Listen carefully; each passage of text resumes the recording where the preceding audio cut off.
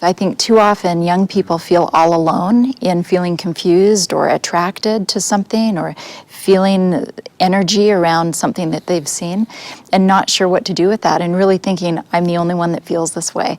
And I've just seen time and time again the connections that are made and the power in sharing with a young person, maybe over the dinner table, with family dinner.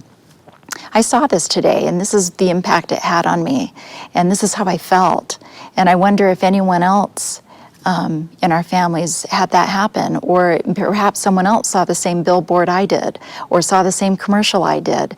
Could we talk about it as a family? I've had many moms mention to me that just them taking the first step in initiating a conversation like that opened a great conversation because it gave the message that this is on the table, this is the type of family and home where we can talk about things that may be confusing or troubling to us as a group.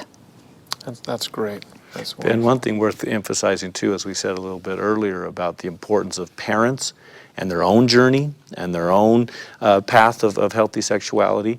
A lot of this learning is also what kids watch and what they see in their homes. So there are these moments where we kind of do the direct parenting.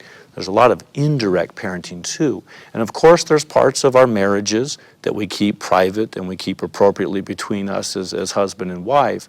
But that affectionate intimacy, that seeing parents share touch, right? To see parents hold hands, to see parents share an affectionate kiss and to be with each other, and that healthy part of a relationship, you can't overestimate how important that kind of modeling is, that they can start to connect that physical touch, those sexual attractions and interest, and saying, oh, this is about channeling it into that. It's not about shutting it off. It's not about getting away from it. It's about channeling it into a relationship where then it can build all those proper symbols, not detract from them.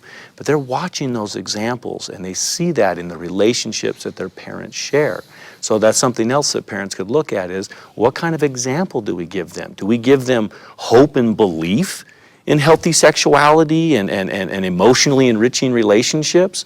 Or do they look at our relationship and say, yeah, there's a lot of other things in the world that look a little bit more exciting and a little bit more attractive. I'm not sure I want to make that the centerpiece of my life either.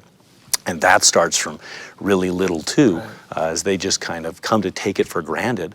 My experience is that young kids who experience that type of healthy family, it's like having clean air. They don't even think about it. They just breathe it their whole lives.